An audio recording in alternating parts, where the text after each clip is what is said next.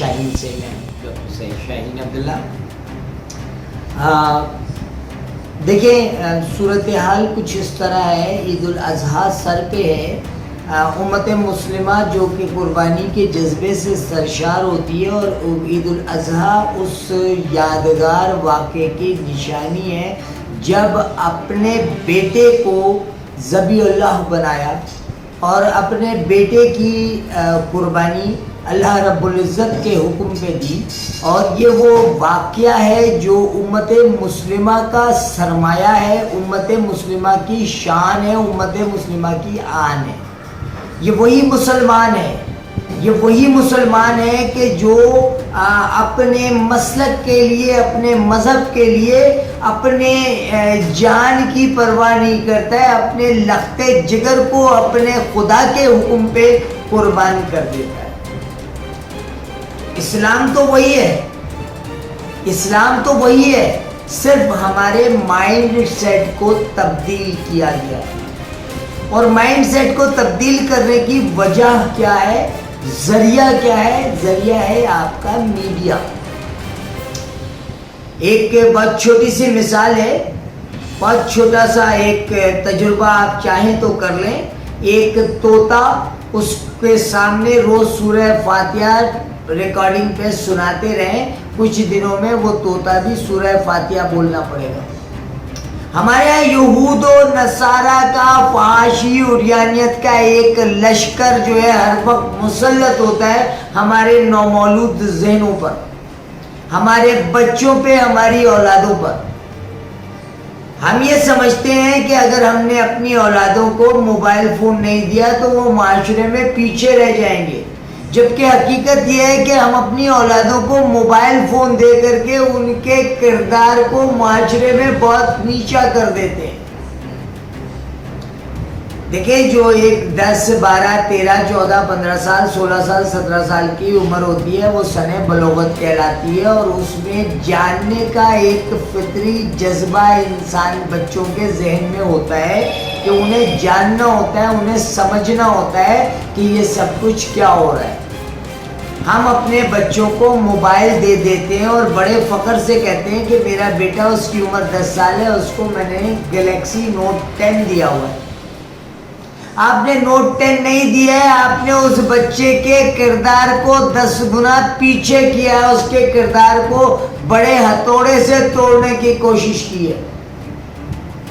کیونکہ ہم جانتے ہیں کہ یہود و نصارہ کا سب سے بڑا ہتھیار میڈیا ہے, چاہے وہ سوشل میڈیا ہو, چاہے وہ پرنٹ میڈیا ہو, چاہے وہ الیکٹرانک میڈیا ہو. تو ہم نے اپنی نسل کو خود خراب کیا ہے اپنی ناقابل اندیشی, اپنی بے وقوفیوں سے. میں ایک چھوٹا سا آپ کو واقعہ بتاتا ہوں. نبی کریم صلی اللہ علیہ وسلم میرے پیارے رسول کے دور میں تمام پورے عرب کے جو انٹلیکچوئلز تھے, جو دانشور تھے, جو شاعر کہلاتے تھے, وہ سب کے سب خانہ کعبہ پر اکٹھا ہوئے ہیں, اور انہوں نے کہا کہ محمد صلی اللہ علیہ وسلم, محمد تم کس طرح سے شاعر ہو, دانشور ہو, بزرگ ہو, ہمیں ثابت کرو.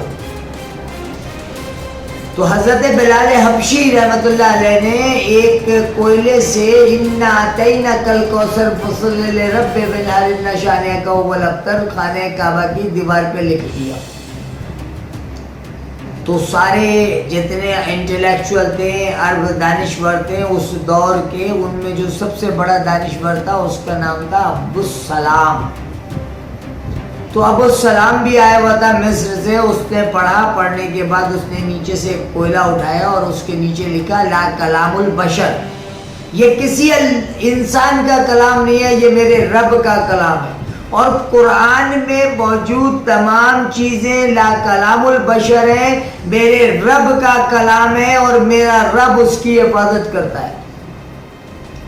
دیکھیں جب ایک چیز کی واضح ہدایت موجود ہے کہ ہمارا جو یہود و نصارہ کا ہتھیار ہے وہ ہمارے مائنڈ سیٹ کو تبدیل کرنا ہے, مائنڈ سیٹ تبدیل کرنے کے لیے انہیں وہ انوائرمنٹ دکھانا ہوتا ہے.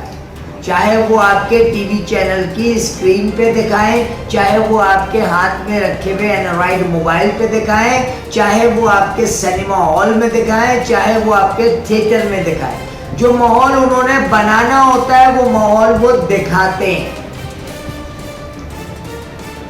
تو آج کے اس دور میں یا آج کے اس وقت میں سوشل میڈیا کے نقصانات جو ہم اکثر بات کرتے ہیں وہ یہ ہے کہ ہمارے یہاں نوجوان نومولود ذہنوں کی نشو و نما روک دی جاتی ہے، انہیں منفی سمت میں بگایا جاتا ہے۔ اب میں ایک چھوٹی سی مثال دے رہا ہوں، پب جی ایک گیم جو سافٹ ویئر نے ڈیزائن کیا، جو اینڈرائڈ موبائل پہ انٹرنیٹ کی مدد سے کوئی بھی کھیل سکتا ہے، اور اس گیم کے اندر جب بچے چلے جاتے ہیں تو سوتے ہوئے وہ اس گیم کے کیریکٹر کی آوازیں نکالتے ہیں، یعنی وہ گیم ان کے ذہنوں پہ اتنا مسلط ہو چکا ہے۔ تو میرے کہنے کا مطلب یہ ہے کہ خدا را اپنے موبائل کو ایک کمیونیکیشن فیسلٹی کے طور پہ استعمال کریں، یہود و نصارہ کا ہتھیار بنا کے استعمال نہ کریں۔ اگر اپنے بچوں کو موبائل آپ دیتے ہیں یا اپنے بچوں کو آپ فیسیلیٹیٹ کرتے ہیں تو خدا را للہ تھوڑی دیر کے لیے تنگ نظر بن جائیں تاکہ آپ کے بچوں کا کردار محفوظ رہے۔ تو میں آپ سے عرض کر رہا تھا کہ آج کے تمام دور میں ان حالات میں اگر ہم غور سے دیکھیں تو اس زبواری، اس کسمہ پرسی، اس فرسٹریشن کی وجہ کیا ہے؟ حالات سے آگاہی نہیں، آپ کے یہودوں کا بھیجا ہوا تحفہ وزیر اعظم عمران خان نہیں۔ ایک عام آدمی کو عمران خان سے کوئی سروکار نہیں ہے، لیکن ہاں اگر آپ پیٹرول پہ 4 روپے بڑھائیں گے تو وہ عام آدمی افیکٹ کرے گا، اس کو وہاں سروکار ہوتا ہے۔ یعنی اس ملک کا المیہ دیکھیں کہ کتنی بڑی بے بسی ہے کہ پاکستان کے معرض وجود میں آنے کے بعد سے ایک سسٹم پاکستان کی اسٹیبلشمنٹ کے ساتھ اٹیچ ہو جاتا ہے، اور یہ وہی سسٹم ہے، یہ وہی خدائی مخلوق ہے، یہ وہی فرشتے ہیں جو در پردہ اس پاکستان کو چلا رہے ہیں۔ میں ایک بہت چھوٹی سی مثال دیتا ہوں، بہت معصومانہ سوال کرتا ہوں کہ پاکستان میں پیٹرول کی قیمت ہر 4 مہینے، ہر 3 مہینے، ہر 2 مہینے، ہر 1.5 مہینے کے بعد بڑھا دی جاتی ہے، کم کرنے کا تو سوال ہی نہیں پیدا ہوتا۔ جس طرح پاکستان میں جس طرح پیٹرول آپ کی ضرورت ہے، اس طرح ساری دنیا میں اناج، خاص کر چاول، ان کی ضرورت ہے، اور پاکستان کا باسمتی چاول دنیا کا نمبر 1 چاول ہے، جس کی ایکسپورٹ آپ پورا نہیں کر پاتے۔ جب ایکسپورٹ آپ پورا نہیں کر پا رہے ہیں، آپ کے پاس اتنی بڑی کھپت نہیں ہے، تو اس کا ریٹ جو ہے وہی آج سے 8 سال پرانا کیوں ہے؟ جبکہ پیٹرول پہ 3 دفعہ ریٹ بڑھ جاتا ہے، باسمتی پہ 6 سال میں 1 دفعہ بھی ریٹ نہیں بڑھا۔ تو اس جملے کو بتانے کا مقصد یہ ہے کہ یہ جو یہود و نصارہ آپ پہ پردہ حکمران ہیں، وہ نہیں چاہتے ہیں کہ آپ کی ملک کی سروائیول ہو۔ پیٹرول پہ تو 3 دفعہ بڑھ جاتا ہے، لیکن باسمتی چاول وہی 8 سال پرانے ریٹ پہ۔ اور یہ کس کی ذمہ داری ہے؟ یہ کس کی ریٹ بنتی ہے ان تمام معاملات کو دیکھنا؟ یقیناً حکومت وقت کی بنتی ہے، اور حکومت وقت میں بہت معذرت کے ساتھ خان صاحب کو کہوں گا، اے موجے بلا دے 2-4 تھپیڑے ہلکے سے، جو ساحل سے دور بیٹھے تحفہ کا نظارہ کرتے ہیں۔ میں مانتا ہوں کہ کرکٹ کے گراؤنڈز میں لندن کے سٹے کے ٹیبلوں پہ ہر جگہ آپ کا نام بکا ہے، ہر جگہ آپ کا نام بکا ہے۔ خدا را آپ کا نام کراچی کے ہوٹلوں پہ، کراچی کے چائے خانوں پہ بھی بکنا شروع ہو گیا۔